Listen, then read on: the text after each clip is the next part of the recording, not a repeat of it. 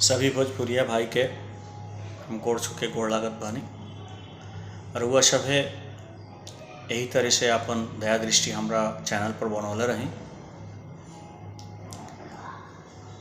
और आशीर्वाद ही हमनी के प्रसाद होखेला। हमनी जैसन कलाकार के मन लगा के एगो शुभता भी होखेला। तो आज एक बहुत छोटा सा प्रसंग लेके आयल बनी।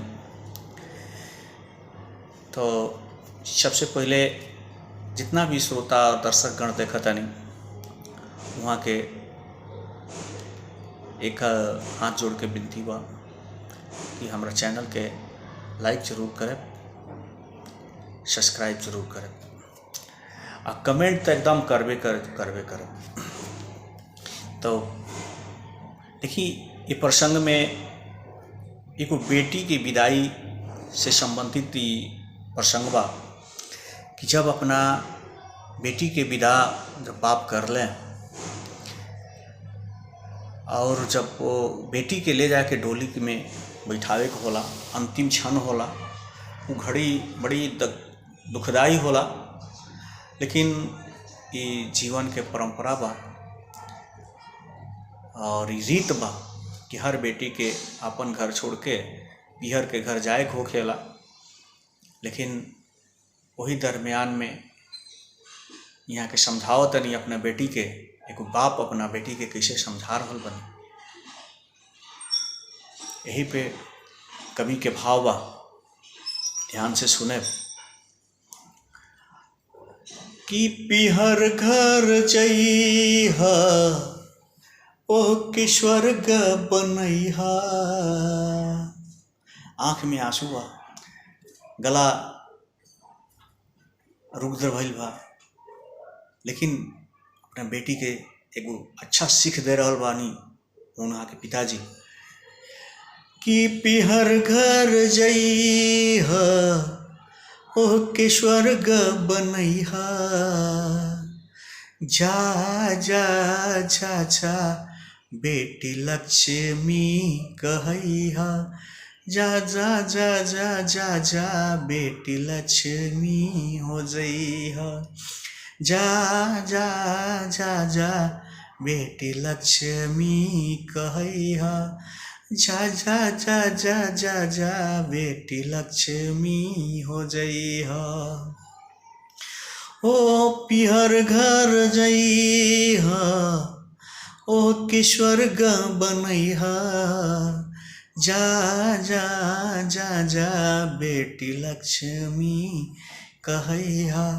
जा जा जा जा जा जा बेटी लक्ष्मी हो जइहा।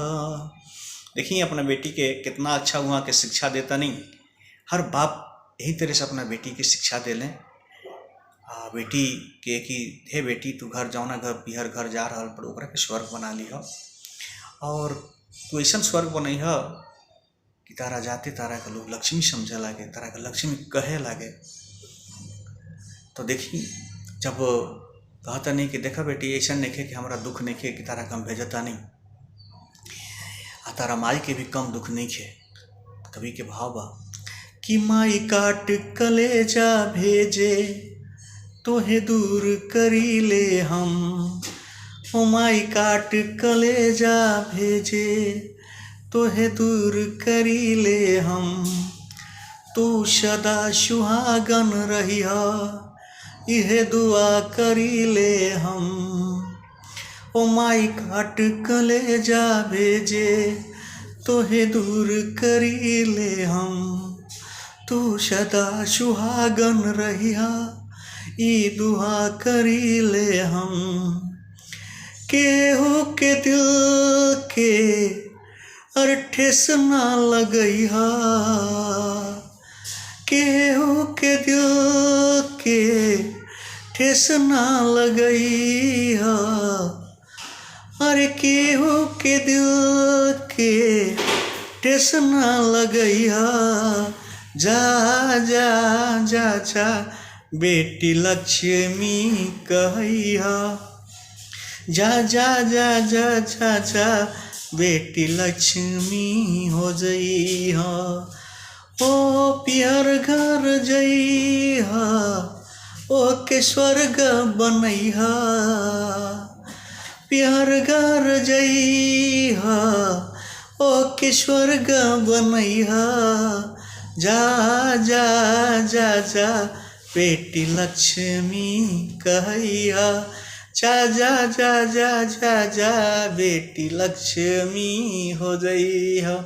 भैया वीडियो बड़ा हो जाए दूसर का स्टेप सुने खातिर तो हमारे चैनल के लाइक करी, सब्सक्राइब करी, कमेंट जरूर करी। हम दूसर का स्टेप अगला वीडियो में बहुत जल्दी रहो खातिर लेके आवत बानी। बहुत बहुत धन्यवाद।